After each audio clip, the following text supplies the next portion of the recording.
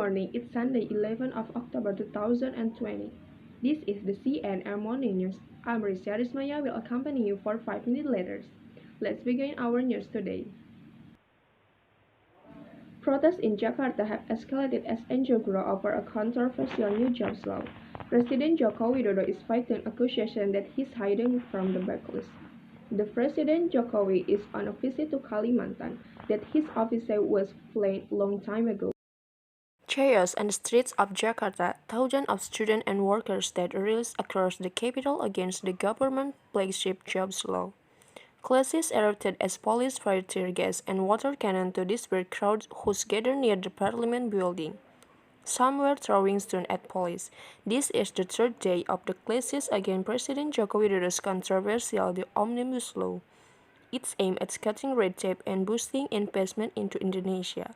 Protesters say the new law will liberate, for instance, by reducing severance pay and outsourcing more jobs. Yang sudah disahkan oleh DPR ini, kalau kita batalkan saja. Alasannya banyak hal-hal yang bisa menyengsarakan warga-warga menengah ke bawah. Thousands of people have protested across Indonesia for 3 days, despite warning of coronavirus risk. Hundreds has been arrested.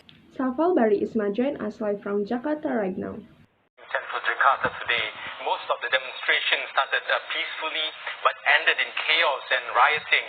Protesters threw water bottles, rocks, and other projectiles they could get their hands on at police, and the police responded with firing tear gas and water cannon at the protesters to disperse them. The protesters not only threw rocks but also burned a police post and torched a bus station. Now, police has not given protesters permission to conduct these demonstrations because Jakarta is still under a partial lockdown to curb the spread of the COVID-19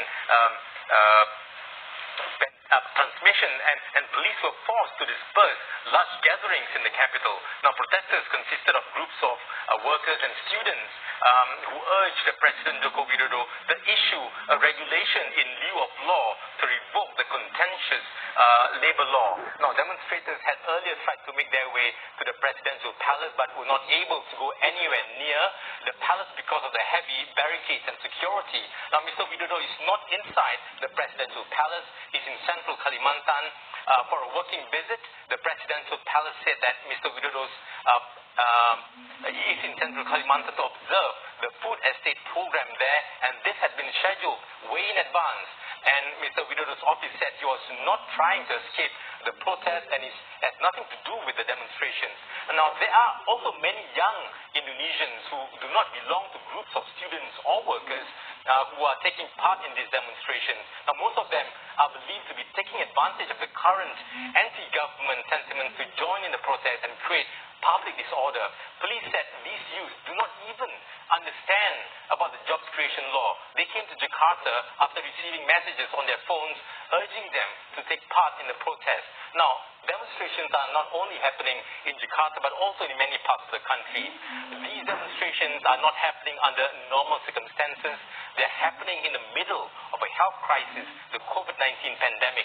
It has been reported that protesters who were detained had been subjected to COVID-19 tests and the results were positive. That is the CNR Morning News for this Sunday. Thanks for watching. I'm Risya Rismaya. Stay safe, stay healthy, and have a great day.